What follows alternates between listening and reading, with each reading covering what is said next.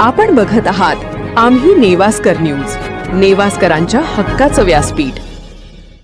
नेवासा शहरात मध्यरात्री अवैध वाळू वाहतुकीवर नेवासा पोलिसांनी धडक कारवाई करत एका डंपरसह चालकाला ताब्यात घेतले असून 2 जणांविरुद्ध गुन्हा दाखल करण्यात आला आहे। या कारवाईत सुमारे 2,65,000 रुपये किमतीचा मुद्देमाल जप्त करण्यात आला आहे। मिळालेल्या माहितीनुसार नेवासा पोलीस स्टेशनचे पोलीस निरीक्षक प्रतापराव दराडे यांना मध्यरात्री अवैध वाळू वाहतुकीची गोपनीय माहिती प्राप्त झाली होती। त्यानुसार पोलीस उपनिरीक्षक विकास पाटील व त्यांच्या पथकाने तातडीने सापळा रचला।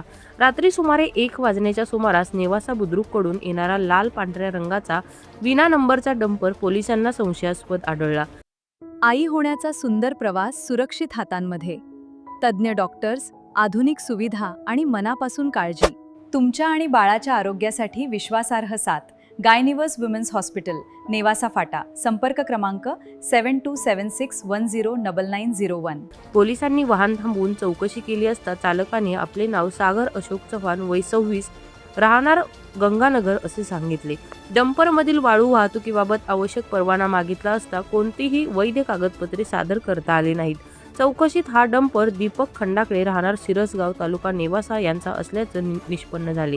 संबंधित मालक सध्या फरार असून त्याचाही या गुन्ह्यात समावेश करण्यात आला आहे। या प्रकरणी पोलीस कॉन्स्टेबल सुनील गंगावणे यांच्या फिर्यादीवरून नेवासा पोलीस ठाण्यात गुन्हा क्रमांक 522/2026 दाखल करण्यात आला असून पुढील तपास सुरू आहे।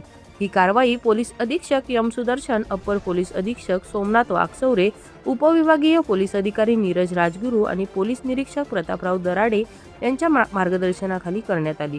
दरम्यान नागरिकांना आवाहन करताना पोलीस निरीक्षक प्रतापराव दराडे यांनी सांगितले की परिसरात कुठेही अवैध वाळू वाहतूक होत असल्याचे आढळल्यास तात्काळ नेवासा पोलीस स्टेशनशी संपर्क साधावा किंवा डायल 112 वर माहिती द्यावी। तर या होत्या आजच्या महत्त्वाच्या ठळक बातम्या।